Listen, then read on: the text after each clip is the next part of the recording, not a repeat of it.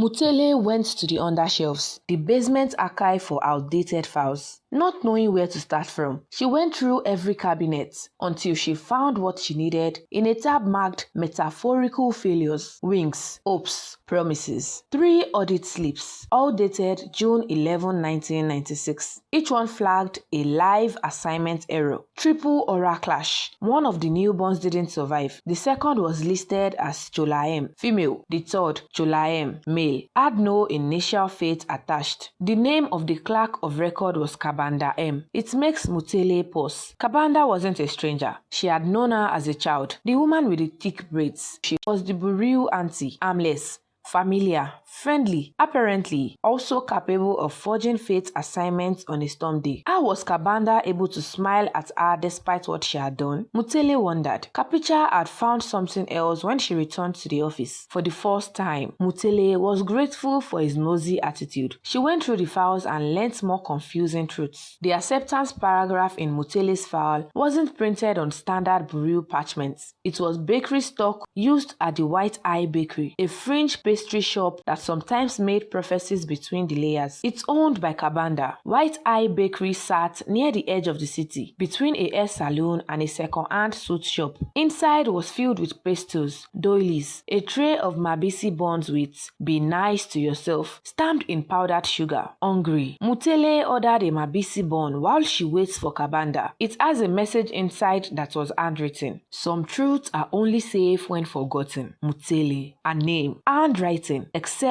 it wasn't hers. How long has Kabanda been using her identity? Mutele was livid. She lost her appetite. Kabanda emerged from the back with the same tired eyes and the same over-familiar cardigan. It took all the training in Mutele not to slap the tiredness out of her. She had the grace to be ashamed when Mutele showed her the file. According to Kabanda, there was a great storm on the night Mutele was born. The storm had taken out the ruined grid. Oral readings got confused. One baby died. The system froze. Mutele was matched first among other babies, but her cry had triggered a glitch. The glitch killed the child that was born in another instantly. This was an accident so rare that Kabanda thought Mutele's real destiny would be chaotic for the world. Kabanda approved the override manually. She forged the signature using Mutele's mother's pen, called it a kindness, rationalized it as triage. She had assigned Mutele a patchwork life. Nothing loud, no legacy, just quiet, stable paths from other people's abandoned destinies. She hadn't meant harm,